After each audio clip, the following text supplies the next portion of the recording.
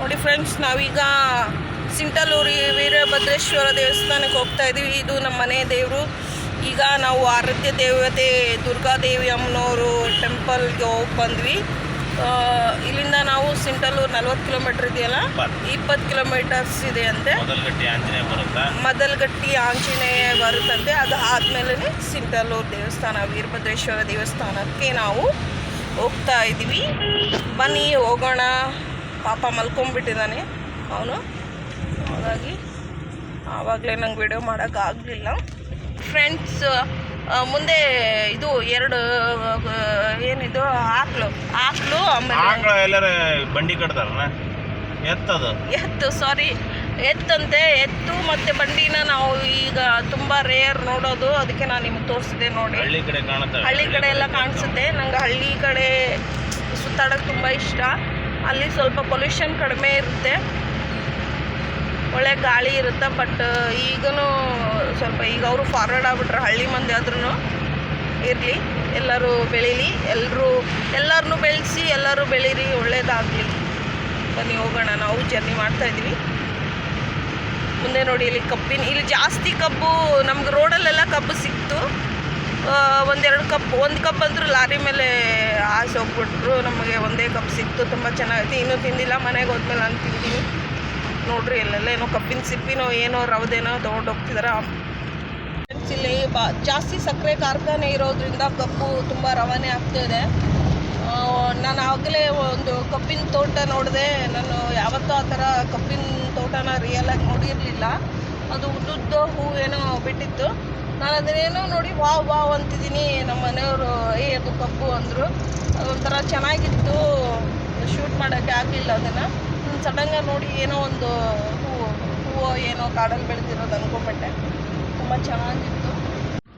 ನೋಡಿ, ಇದು ತುಂಗಭದ್ರಾ ಡ್ಯಾಮು. ಇದು ಒಂದು ನದಿ, ಪವಿತ್ರವಾಗಿರೋ ನದಿಯಂತೆ ವಿರುದ್ಧವಾಗಿ ಹರಿಯುತ್ತೆ ಅಂತ ಹೇಳ್ತಿದ್ದಾರೆ ಮನೆಯಲ್ಲಿ. ಇದ್ರ ಬಗ್ಗೆ ಸ್ವಲ್ಪ ಹೇಳಿ.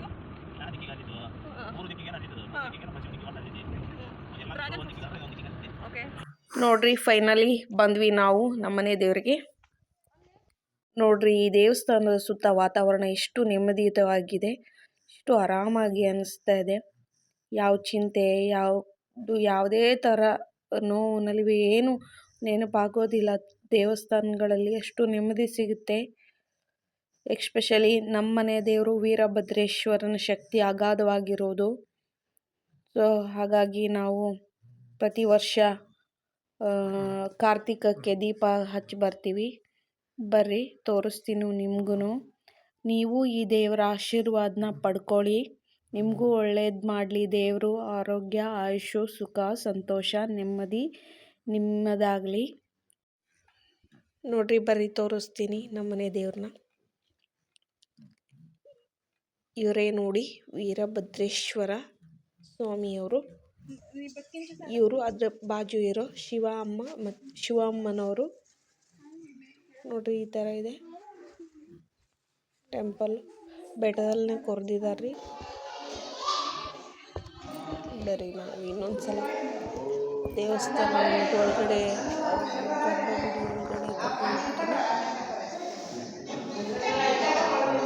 ನೋಡ್ರಿ, ಎಷ್ಟು ಚಂದ ಅಲಂಕಾರ ಮಾಡಿದ್ದಾರೆ. ಸಂಡೆ ಇದೆ, ಎಲ್ಲರೂ ಮಕ್ಕಳು ಕರ್ಕೊಂಡು ಬಂದಿದ್ದಾರೆ. ನೋಡ್ರಿ, ಲೈಟಿಂಗ್ಸ್ ಎಲ್ಲ ಹಾಕಿದ್ದಾರೆ. ಇಲ್ಲಿ ಕಾಳಿಕಾ ದೇವಿ ಅಮ್ಮನವರು ಇದ್ದಾರೆ. ಅಂದರೆ ವೀರಭದ್ರೇಶ್ವರ ದೇವ್ರನ್ನ ಕಾಳಿಕಾ ದೇವಿ ತುಂಬ ಪ್ರೀತಿ ಮಾಡ್ತಾ ಇದ್ಲಂತೆ. ಮದುವೆ ಆಗೋಕ್ಕೆ ಒಪ್ಪದೇ ಇರೋ ಕಾರಣಕ್ಕೆ ಅವ್ರ ಬಾಜುನೇ ಇದ್ದಾರೆ. ಸೊ ಇಲ್ಲಿ ಅವ್ರಿಗೆ ಎಲ್ಲ ಥರನೂ ಪೂಜೆ ನಡೆಯುತ್ತೆ.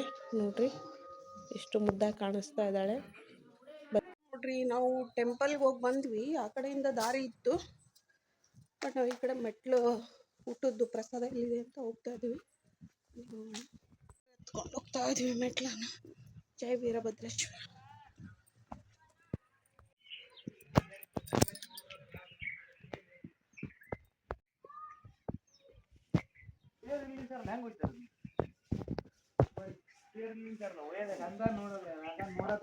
ಪೂಜೆ ಮಾಡ್ತಾರೆ ವರ್ಷಕ್ಕೊಮ್ಮೆ. ಅದನ್ನೆಲ್ಲ ತೇರು ಯುಗಾದಿ ತೇರು. ಇದು ಸ್ಟ್ಯಾಚ್ಯೂ ತರ ಪೂಜೆ ಮಾಡ್ತಾರೆ.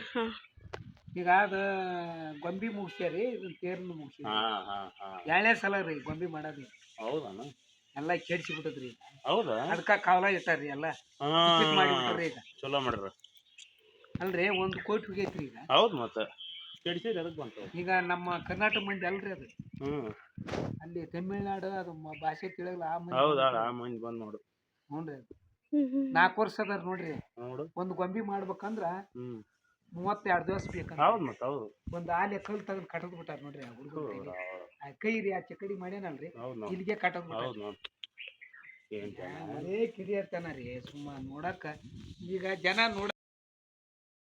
ನೋಡ್ರಿ ನಿಮ್ಗೊಂದ್ಸಲ ನಾನು ಪೂರ್ತಿಯಾಗಿ ರೌಂಡ್ ತೋರಿಸ್ತೀನಿ ಯಾವ ಥರ ಇದೆ ಅಂತ. ಇದು ಕೆಳಗಿಂದ ಮೆಟ್ಲಿಂದ ಬರೋರಿಗೆ, ಇದು ಬೈಕು ಕಾರು ಬರೋರಿಗೆ ಆ ಕಡೆಯಿಂದ ದಾರಿ ಇದೆ. ಇದು ಪ್ರಸಾದ ನೋಡ್ರಿ ಈ ಥರ ಇದೆ. ಬಂದ್ವಿ, ಈಗ ಹೊರಡ್ತಾ ಇದ್ದೀವಿ. ಫುಲ್ ಸುಸ್ತಾಯಿತು ಎಲ್ಲ.